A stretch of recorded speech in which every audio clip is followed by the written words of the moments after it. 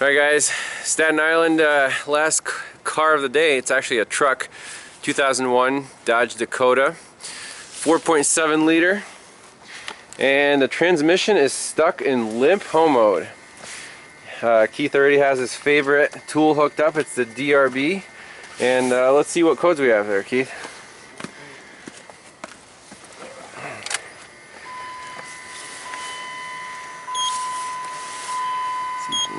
Back out. The screen here. It's okay, it's going to take a second anyway for it to get back out to go back in. Whenever you cycle the key, unfortunately. This is what happens on these older ones. Come on, baby. Don't you know that there are people watching you? Pressure's on. There it goes. And I'm going to go right into one trip failures. Okay.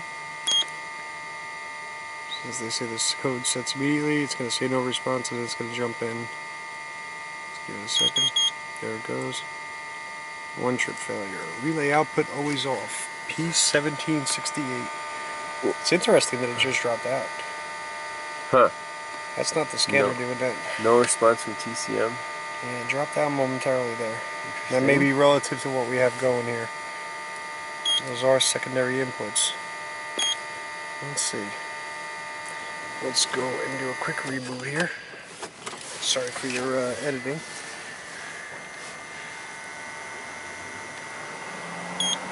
So you think the TCM actually lost comm?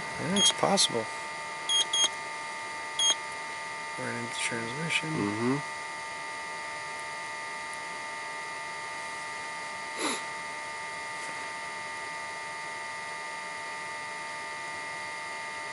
There we are. Notice that little red light down there? That tells you right away that you're in Limp, even though it says it up here on the screen. Huh. Even if it didn't display that though, if that light down here is red, you have a problem. You're definitely going to have a problem. Uh-huh. That means you're in Limp. So let's just read ETC, right? Yeah. And we'll go right into one trip. And there we are, relay output always off. And where's the actual trouble code number? Oh, P1768. Okay, uh-huh. Interesting. Right. You want to get some info on it? And I'll get, yep, so we'll look up some wiring diagrams and see, you know, as always with a relay, we'll break it down into control side and load side and take it from there. Alright, we are in the power distribution center, and here is our trans relay. It is this guy right here. So what we want to do, again, pull up a wiring diagram and see what controls this guy and why that trouble code sets. It should have a sensing circuit somewhere, and then do some voltage checks. Now I'm using my favorite BBB Industries, which Keith still laughs at me for, but here's our relay, and see the load side, you know, it's fed by a fuse and feeds the transmission control module. Output, output, output. So 3 pins are on the load side of the relay, and the control side, you can see one side is just grounded all the time, and it is power side switched by the TCM. So light green wire is our control. There it goes through connector C107, and the load side comes through C105 to the TCM, which actually lives right here, and that's the PCM. So let's check the control side first, make sure that we have 12 volts at the relay on this green wire when the key is on, and then we'll check the load side. All right. Sure. So I have the control wire right here.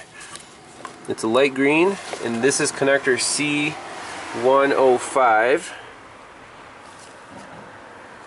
Oh no, sorry, C107 in the power distribution center. So we're back probe right there. We'll take Keith's fancy fluke meter, which actually detaches from the unit, and you can, this is sweet. It's magnetic, and it has a light, and you can carry it around Alright, and so when we turn the key on, that should say 12 volts. There it is, battery voltage, and it goes to 0. So it's a momentary self-test basically. So again, key on, battery voltage. Okay, cool. Now let's go to the control side. Look one of these guys.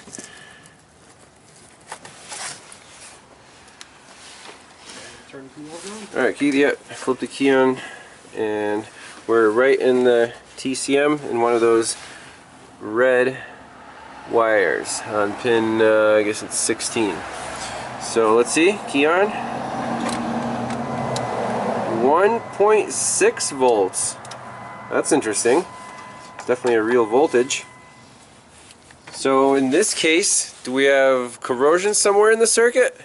I didn't bring my load pro with me. I don't know, what are we going to do, Keith? No, we got maybe a test light. We can load the circuit, or we can test it at an intermediate connector to see, you know, if the green crusties took over somewhere. So like the C105, that's actually this guy right here, and there is a red wire on pin 2. That's that guy right there. So that's our next check. Okay, we are at connector C105 pin 2. Do the self check again. Turn the key on down. Yep. 1.5 volts. That should be battery voltage. So we have to go closer to the source, to the relay. We already have the power distribution box kind of split open here. And here's our red wire. And yes, that is a piercing probe. So let's put our meter on here and go for it. Key on. Same thing, about 1.5 volts. So we're as close to the relay as we can get. Here, do the test again. I just want to see if it's clicking. Key off. Key off. Key on. Yep. I mean, just with your finger, you can feel that it's clicking. Next thing we can do, since all these relays are the same, we can just play Swaptronics here and swap some relays around. You know, these terminals, they don't look green and crusty, so we don't suspect a contact issue, but anything's possible. So let's swap these two neighboring relays around. See that one and that one. Okay, let's redo our test. Key on. Boom, 12 volts. No way. You tell me we did all that work just to find a bad relay, Keith? Yeah, well, I tried squeezing it, it didn't work. Oh, really? I mean, the code told us it was a bad relay. Oh, absolutely. Let's see, which one do we swap it with? Front wipers? Here, try your front wipers, see if they work.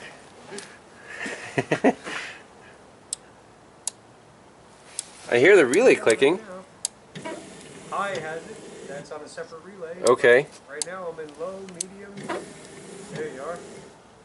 So, wait, what speed are you on? It's on medium speed right now, I guess I recall. Okay, so medium speed, there's the click rate. Now I'm going to fiddle with it. Boom. There you go. Squeeze harder. Come on, squeeze the relay. So if we keep pressure on it, you think we can salvage this one? I don't know. Let's take it apart. Let's pop it open. Alright, so we're going to use this special tool number 50012. Also known as hurt my fingers. Oh, don't worry about the plastic key. Just trying to be You nice. can play a prank on someone and install that. They'll be chasing it forever. They'll be like, it clicks. It should work. It is made in the USA. It's probably the original Very well unit. could be. 266,000 miles, I believe, on this one. Not too bad. Okay. Any burn marks on the... So So there's the load contact right there, right? That's what it looks like. Let's see here. If I spread that out a little bit, maybe we can tell. No. Well, if you can see that here at night, then your eyes are better than mine. I mean, it was consistently just 1.5 volts. And if you tweak it a little bit. Yeah, a little bit. Yeah, you can see it in there. It's very, very, very tight. That light is going to be really tough. Yeah. But you can see how it's all Pitted and stuff. Yeah, just at the very tip of it. Well, you know what? This relay here is no good. So what do you say we see if that'll bend back nicely? Without rubbing off the evidence. Okay. Okay, get a little shot of that there. Right in there, yeah. It's not a reflection. Mm-hmm. Yeah, it's a spot. Yep. Right on the contact point. That's it. So what do you think? Sandpaper? File? You know, I think for a $4 relay, I think we'll just get one. Oh, come on. Where's the fun in that? This truck's on a budget. I mean, look at the brake lines. You got some mean brown pus sacks in there. Pay no mind to the upcoming power steering pressure switch code that's going to be there also. That's not here for that. Not yet. Didn't we have another code in the transmission? There was another code in there also for line pressure solenoid, 1721, but that code had gone away, unfortunately, in order for us to do our testing. Well, how about we have a known good relay in here now. Right, what can we salvage for a moment and Fog switch lamp? over. No, fog lamp not there. Starter we need. Rear wiper relay is gone because it doesn't have one. Well, I mean, front wipers he doesn't need. That's it, 1, 2, 3, 4, 5 relays. Yep, that's about all we got to work with. So I'll AC, he doesn't need AC right now. No, he doesn't. That's right. So wipers are more important than AC. Make sure the wipers work. Sure. Yeah. Yep. Gone. Sweet. Wipers Excellent. So he's gonna have to survive without AC for a little bit. at least today. Yeah. So are they really calling for a foot of snow? Yeah, on the that's island? what I'm saying. About 10 inches to a foot of snow. Wow. Which means we got our work cut out for us tomorrow. There you go. Yep. Everyone wants their 4-wheel drive to work. Yep. We got 3 of those calls in already for tomorrow. Uh-huh. All right. What's next step? You want to fire it up? Make sure that See code that doesn't line pressure return. Yep. Let's take a quick look at the line pressure sensor and see what. Yeah. Let's look at some live data.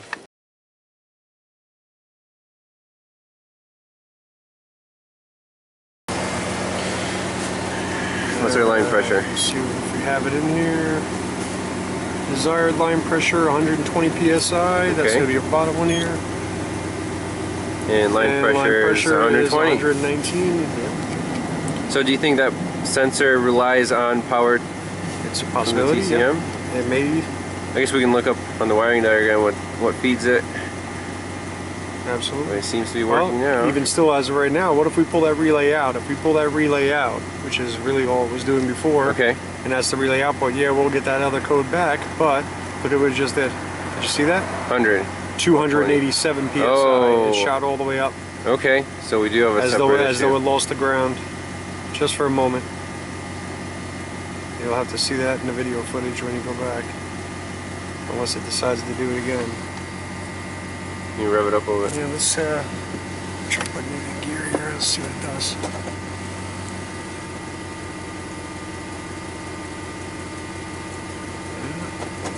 Reverse. There he goes, 203. Oh, that's normal. Yeah, it's asking for 220. And this is internal to the transmission? In the valve body? Probably. I have to take a look.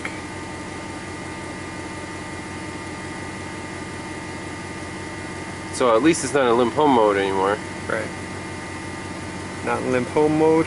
Curious to see, did it set, even though that only happened quickly, let's see if it set a one-trip failure. Go right into the DTCs and go into the one-trip failures. So you wouldn't actually have it in the first option? That's the other code that we had, but that's because we haven't actually cleared it yet. but that's it, 1 of 1. So it did not set another code for that yet. So we should clear this and that should not return. Yep, we shall have to turn it off and turn it back on because it's anything TCM or PCM related. We want to get that out with the key on, engine off and off. Start it back up. Yeah, that's interesting. Oh, now you broke it, Keith. Look at that, huh? That must be that crank sensor that I'm going to be doing next week. A little flooded? I don't know. Alright, right back into one trip. Nothing there detected. Back over to our data stream real quick. Or as quick as it allows. I want to make it a little bit more sensitive here on the scanner. How do you do that? Well, you can go in there and you can actually select. They didn't have custom data lists back then, but if you selected just one, so if we went in here and hit enter, it knocks out all the rest of the data and now it's makes fast that refresh. yeah, much faster refresh rate. So almost too fast to even be able to see on the screen. But wouldn't it be nice if they graphed it? Yep. So now if I take that out, if I'm thinking that might be not within range,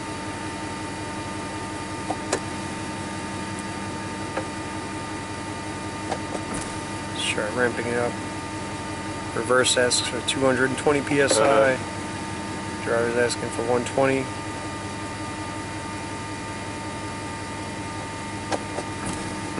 We might have to review that footage to see that happen again. What about neutral? Neutral. So it stays at 120? Yep, stay at 120. Okay. Park is the same. Drive 2. See, it's Slightly skewed, but not terrible. Yeah.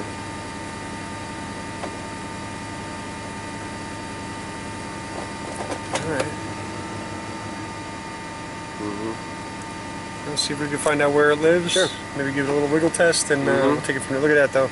We're already at 180. Look at it, it's actually creeping. Yeah, that's what I was seeing before. Yeah, now we got some creep happening here.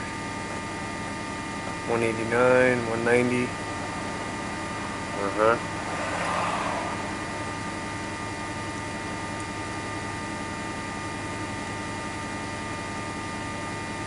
So you want to know if that's and a it's real... dropping, yeah. You want to know if that's a real voltage? Well, I mean, I guess it has to be. At the... Unless, of course, if our ground is starting to fail. Our sensor return is starting to fail on that line, then we're going to see the voltage being skewed up a little bit higher. Right. And this one here, higher voltage, higher PSI.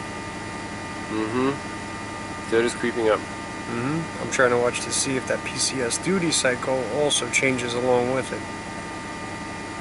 It's our pressure control. There you go, boom. Right It's there. completely... Yep. That's what we saw pegged. before.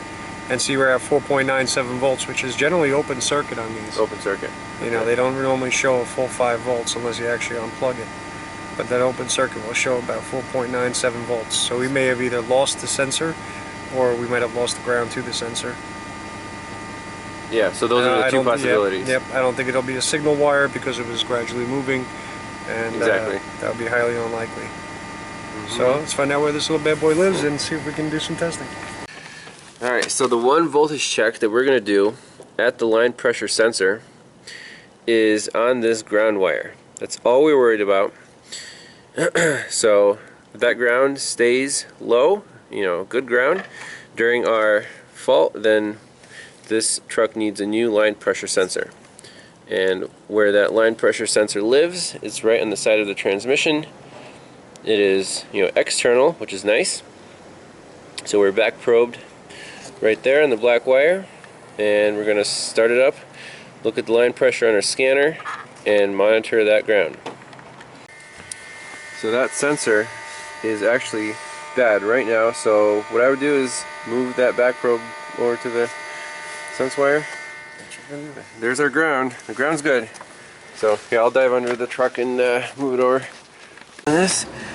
So here's the line pressure sensor. We are back probed on the signal wire now, and Keith tells me that we're at 4, was it 4.9? 4.98. Oh, there it is. Bam. Isn't that cool? You're reading voltage and you're not even connected to anything. That's that ghost voltage I told you. So that's it. It needs a new line pressure sensor. And I guess final proof, we can just unplug it and that should drop to 0, right?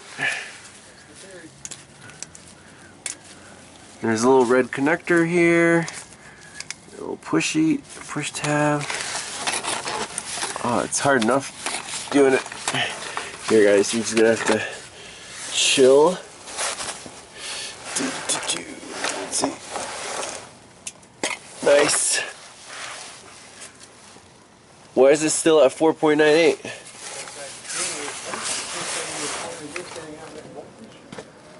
What's that? Is that a pull down or pull up sensor?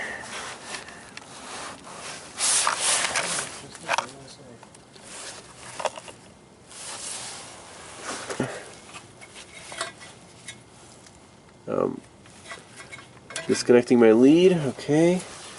Well, quick bypass test. Let's see.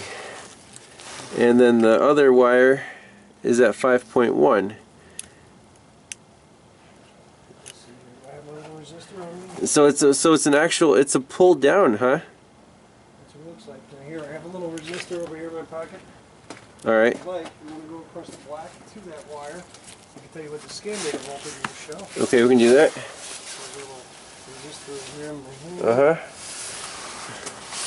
2 ohm.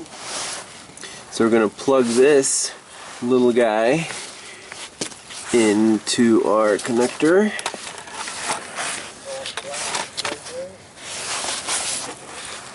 You guys, this is at night under a truck. You're gonna have to excuse the footage. Welcome to Staten Island. Yeah. This is like you every day, right, Keith? Pretty much. Alright, so we're going ground, signal to ground, right? Yep. And there we are. Scan data shows 0 volts. And voltmeter shows 0 volts. Okay. So scan data changed, our wiring integrity is perfect. Ground is good, 5 volt reference is good.